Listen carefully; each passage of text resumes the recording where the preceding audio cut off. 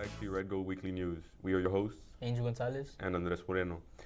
We had an interview with the principal this week, and we plan to do this as a monthly thing. So every month we have an interview with the principal. So if you have any questions for him that you want us to ask, you are free to ask. This week was about the merger.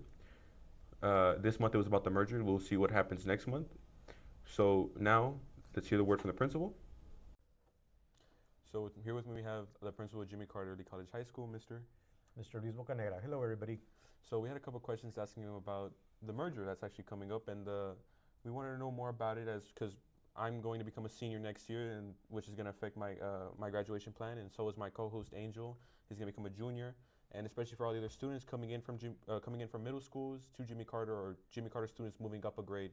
We're all have questions about it, and we want to know more about it.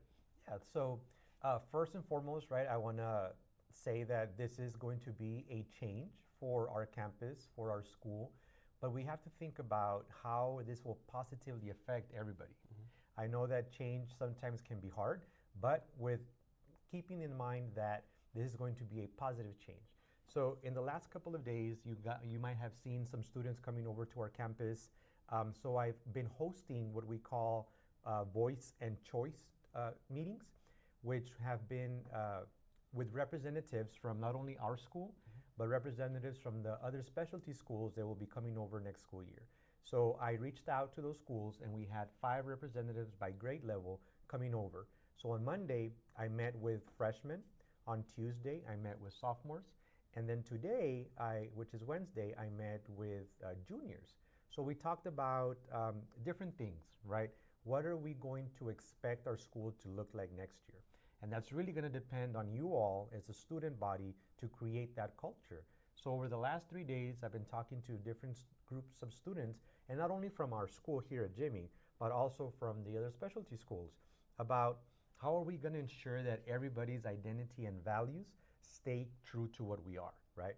Because we are going to have a larger student body, and I want to ensure that the values that we have currently as Red Wolves continues to be carried over to next school year, but also think about how are we going to accept and then merge all those values together, right?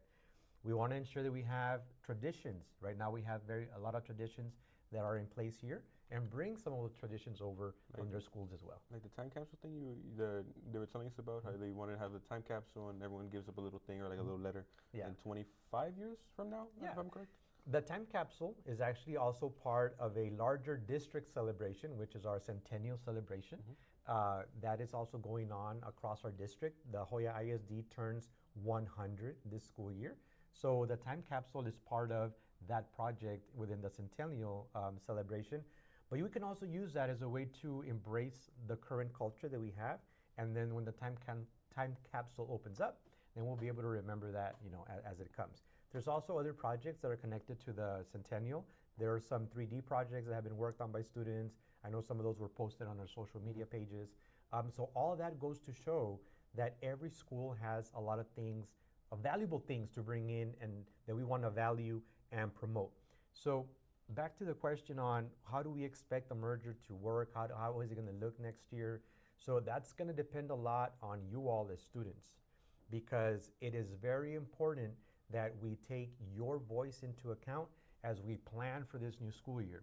As your principal, I want to ensure that there is that space for you all to be able to communicate with me and our staff for next school year to make that the merger of schools a successful one.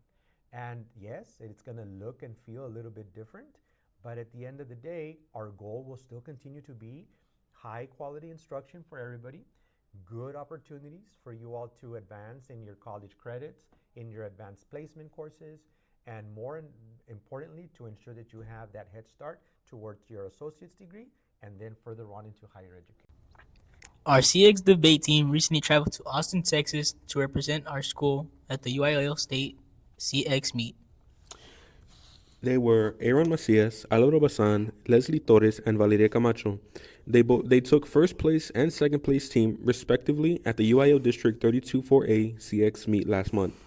In this special segment, you'll see moments from the competition right before their first round and hear the reflections just after completing. Let's check it out.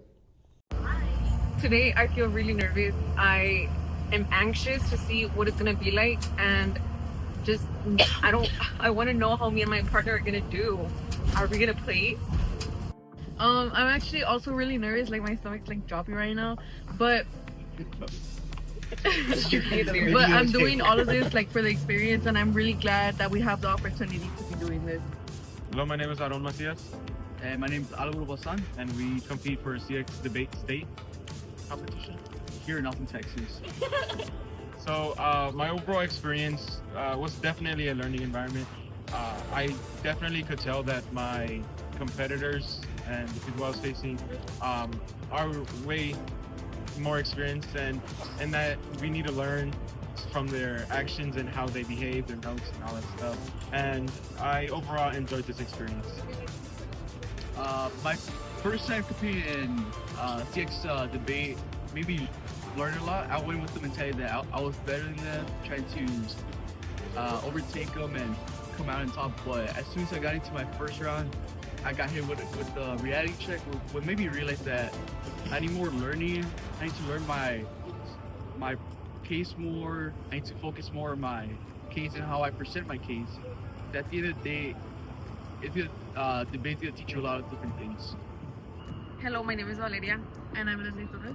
We're here in Austin, Texas for the CX debate, and we're here to win. During our first round, I felt really nervous, but at the end of the day,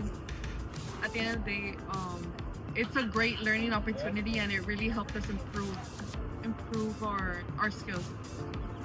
Yeah, during my first round, I felt really, really nervous. I was scared, but I think I learned a lot about how to do it, and I learned a lot from my opponents for my next round. It's because I kept on doubting myself, but if you really think about it, like, all you have to do is believe in yourself and believe like what you're gonna say, and put in the effort and put in the voice, and make sure that like you keep it 100, like you spread your knowledge in a way that makes you more credible and more believable.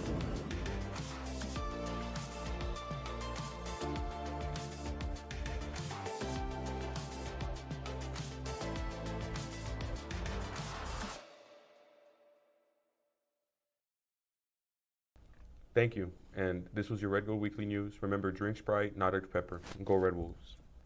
Thank you. And this was your Red Gold Weekly News. Remember, drink Sprite, not Dr. Pepper. Go Red Wolves. Thank you. And this was your Red Gold Weekly News. Remember, drink Sprite, not Dr. Pepper. Go Red Wolves.